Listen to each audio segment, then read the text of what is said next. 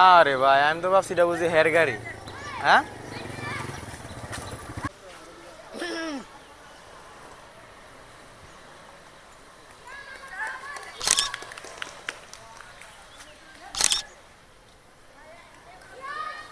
এটা কি তৈল কইতে যাইতে পাগল ছাগল আয় খালি গাড়ি দেখলে ছবি তুলতো মন চা।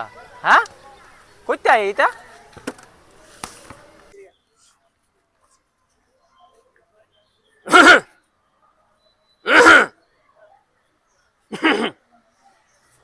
এ বেটা, তোরা কি তাহলে গাড়ি দেখলে ছবি তুলতে মন চা?